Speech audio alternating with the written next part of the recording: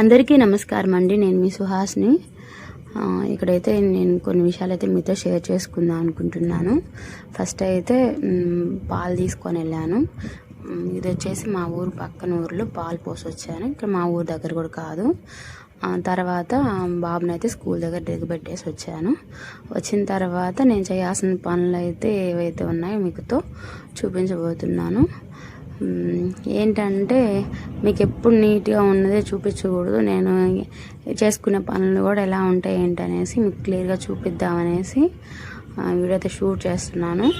ఎందుకంటే మనం కష్టపడేది మన వరకే అంటే తెలిసినట్టు ఉంటుంది, కానీ పక్కన వాళ్ళకైతే చాలా తేలిక అనిపిస్తుంది. ఇవి వచ్చేసి పాల డబ్బులు ఇచ్చారనమాట.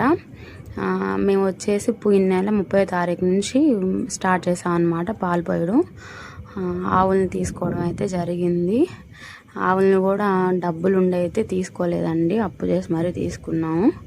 కానీ ఈ విషయాలన్నీ మీతో ఎందుకు షేర్ చేస్తున్నాను అంటే వీటి గురించి కూడా నేను పెద్దగా చెప్పాలైతే అనుకోలేదు. ఎందుకంటే మనం చేసే పనులు అవతల వాళ్ళకి చాలా తేలిగ్గా అనిపిస్తాయి. ఒక మాట అనడానికి కూడా చాలా ఈజీగా అయితే అనిపిస్తుంది. పాల డబ్బులు దేవుడికి ఆవులకి ఫస్ట్ వాటి నుంచి వచ్చిన డబ్బుల్ని వాడే చూపించాను అనమాట. నల్లగా ఉన్న ఆవు పేరు వచ్చేసి కాత్యాయని, ఎర్రగా ఉన్న ఆవు పేరు వచ్చేసి ద్రాక్షాయని అని పెట్టుకున్నాను. ద్రాక్షాయనికి అయితే పాప, తన పేరు వచ్చేసి అంబిక. కాత్యాయనికి అయితే బాబున్నాడు మహాదేవు. ఈ విధంగా అయితే ఉంది. ఏదో నా కష్టాలు నేను పడుతున్నాను. ఏంటంటే నా ఫ్యామిలీకి నా వంతు ఏదో ఒకటి చేయాలని చెప్పేసి, ఏదో ఒకటి అంటే కాదండి, కొన్ని ప్రాబ్లమ్స్ అయితే ఉన్నాయి. వాటిని కొద్దిగా క్లియర్ చేసుకోవాలని చెప్పేసి ఏదో నా వంతు సాయంగా ఇంట్లో పనులు, అలాగే నా వంతు సాయంగా ఏదో ఒకటి పని చేసుకోవడం అయితే జరుగుతుంది.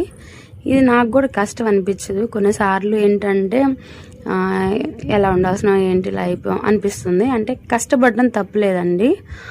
అంటే కొన్ని పనులు అయితే నేను చేశాను. ఫస్ట్ వచ్చేసి టిఫిన్ షాప్ ఒకటి ఉండేది, అది వచ్చేసి కంపెనీకి కట్టేవాళ్ళం అనమాట.